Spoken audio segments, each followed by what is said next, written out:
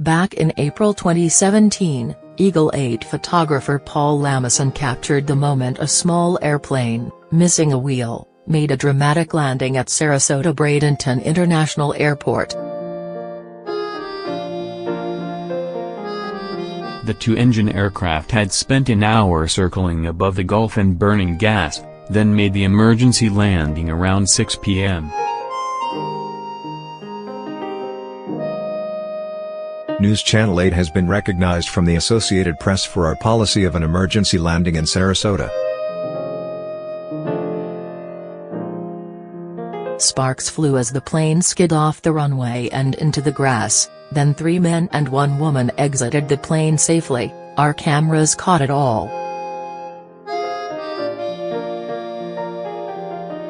When awards for the Florida Associated Press Broadcasters Contest were announced Saturday, News Channel 8 won first place for breaking news large market for our coverage of the incident.